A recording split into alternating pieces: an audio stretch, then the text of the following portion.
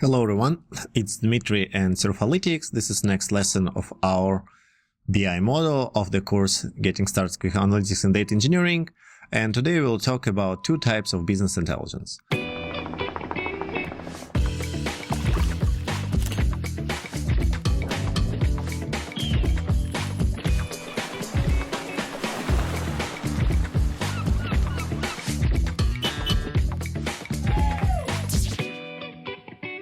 I will tell you about two types that are available, and they're enterprise and self-service. What does it mean for you?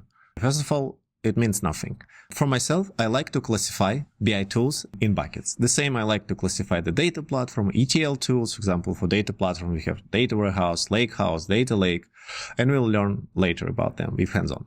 The best way to understand what does it mean through the hands-on. Actually take some kind of data, maybe put in data warehouse, then or database, then connect with BI tool, and then start to build the dashboards. Usually, end result of any BI tool or purpose of data analysis, some kind of insights. And then often, if you want that insights were like self-serve and repetitive way, then we'll talk about self-service BI. And both of these, enterprise BI and self-service BI, they can give you. The only question, how fast you can do this, how fast you can build the dashboard, how fast you can put the dashboard in front of business users, executives, stakeholders, whatever. And let's first look into enterprise BI. This is Gartner quadrant, and you know what is Gartner quadrant based on our previous lesson, but this is as 2012. Well, I just finished 2010 university, my master's degree, and the BI already was like on the peak. It was very popular. Everyone implemented data warehouse, either Oracle, Teradata, IBM Netezza, Oracle Exadata, and they need ETL tool and they need BI tool. And the Gartner create this quadrant, plot everyone on the quadrants. In 2012, we can see who is the main players here. Oracle with their BI. MicroStrategy, that's still actually the only company who wasn't acquired by anyone and still have the BI tool. But as you might know, the MicroStrategy is the only company who is invested into Bitcoins, a kind of like crypto Bitcoin company. And recently the CEO announced that they print the shares to buy Bitcoins. All employees of MicroStrategy, they probably very happy about outcome. As you know, like recently Bitcoin passed 100,000. Right, and MicroStrategy stock growing. If Bitcoin growing, their stocks is growing too. I didn't hear about any cool features that they implement in the product. Probably their primary source of revenue coming from old legacy implementations from S&P 500 customers. Same for Teradata. But anyway, we have Oracle, MicroStrategy, Microsoft. It's not the Power BI. That time we have Microsoft reporting service, analysis services, their reporting suites for on-premise. And 2012, we only talk about on-premise solutions. Then we saw Qlik, SAS, SAP with Business Object, IBM with Cognos. By the way, I know that some trainings now provide the training on IBM Cognos. This is probably the waste of the time. Don't learn any of those like Oracle, IBM Cognos, those things. Even MicroStrategy. I published the book on MicroStrategy. I published the book on SAP Business Object. Unfortunately, those tools not on demand. Yeah, you might probably find some MicroStrategy work for the big organizations that still using this tool, but it's more like considered as legacy. This is like the enterprise BI market. I think the modern tool that might be falling into this bucket is the Looker, but I didn't yet tell what's the key advantage, why they consider enterprise BI. This is your typical architecture of solution. You have your big data warehouse, and then you build the dashboards on top. Usually, then you build the dashboards, you have your dimensions and measures. You can drag and drop them, slice and dice, and you can have filters, visualizations, reports. You can share this, dump data in Excel spreadsheet. I know everyone love it. I'll build some pie charts. Also, everyone love it.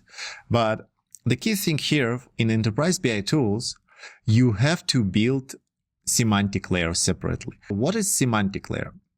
And this is example of SAP Business Objects Universe. They have standalone product, Universe Designer, that, for example, in 2010, I used to be SAP Business Object developer or BI developer. I really like this product. And I was managed the sub-business object server and we had the client, but most of development were happening still in the browser in terms of the dashboards.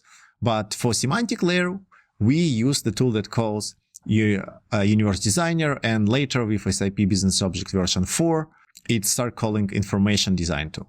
You might see here, this is like your entity relationship diagram. Those are tables from database. Any typical development for BI tools starting from connecting a database. The same what we did in the model 2, then we just take the dbeaver or any other client.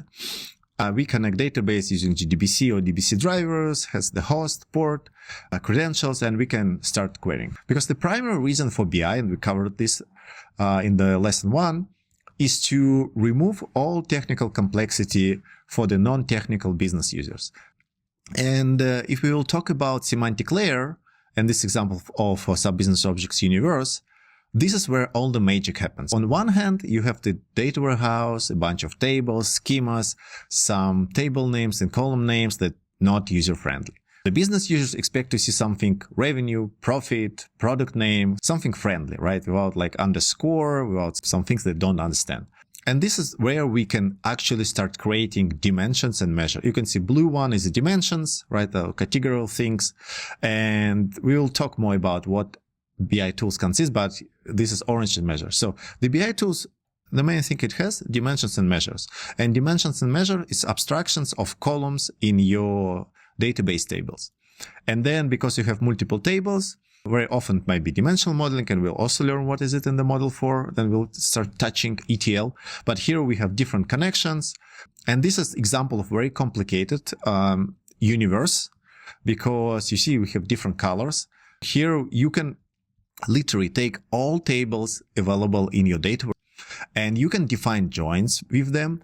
You might have 2 fact tables that shouldn't be ever placed in one SQL query, because it will crash your data warehouse. Here you can define context, the universe context, and this will know if the user drag and drop dimensions or measure from this table and from these tables, it will never place them in the SQL query. It will generate one query for those objects, orange, another query for green one, the third one for white one. And this is examples. It's basically about quality and governance of your data. When you have this semantic layer, and in case of business object, you have this universe there, you put all your tables, all your data warehouse here, right? Representation of your tables. And then you're starting to define relationship and the rules, and there are a bunch of many things. In MicroStrategy, this is called schema. And that's why in the past we had roles like MicroStrategy BI Architect or SAP Business Object Architect, the same for Cognos, the same for Oracle BI. They all complicated product, and the complexity coming from their semantic layer, because the primary goal was to build unifying semantic layer. There are technical things converted to non-technical, and you can see folders, you can group everything, and then you can have multiple universes like for business process.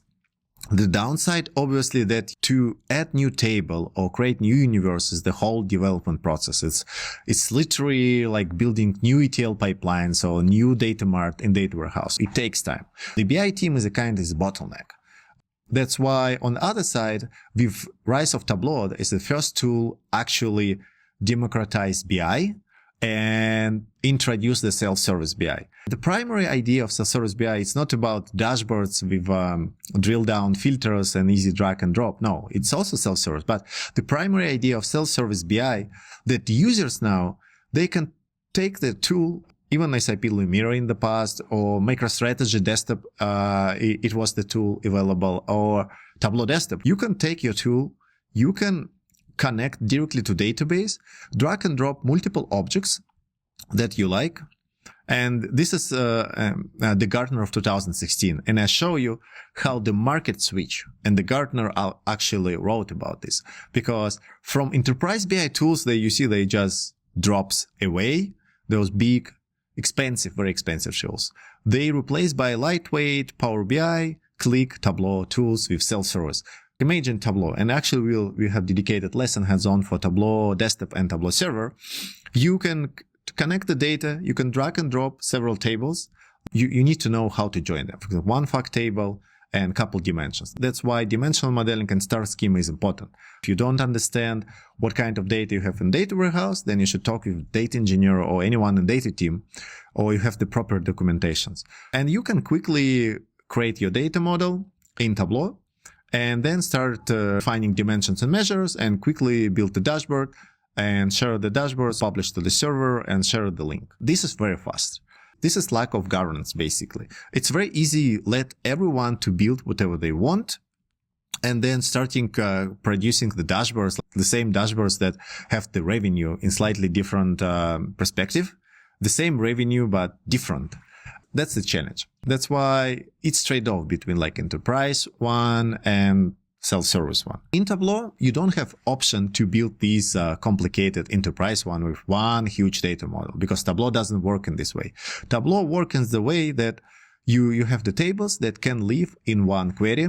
And recently Tableau added federated query. It means you can connect multiple databases in one query. It will like ship to different database and then in memory merge it. And both tools, like either old or new, they have option for live connection or like extract and cache connection.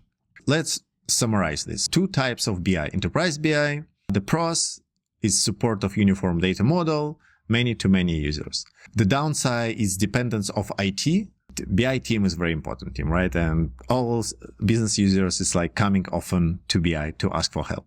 And also it's very expensive. The self-BI, it's good for business, fast time to market, but a possible house, right? And like it's very hard to keep it away. That's why lots of features for those tools like Power BI and Tableau, how you can certify the data sources, how you have curated data in dashboards, and that's one of the features. It's challenge for many users, and of course the cost depends on number of users.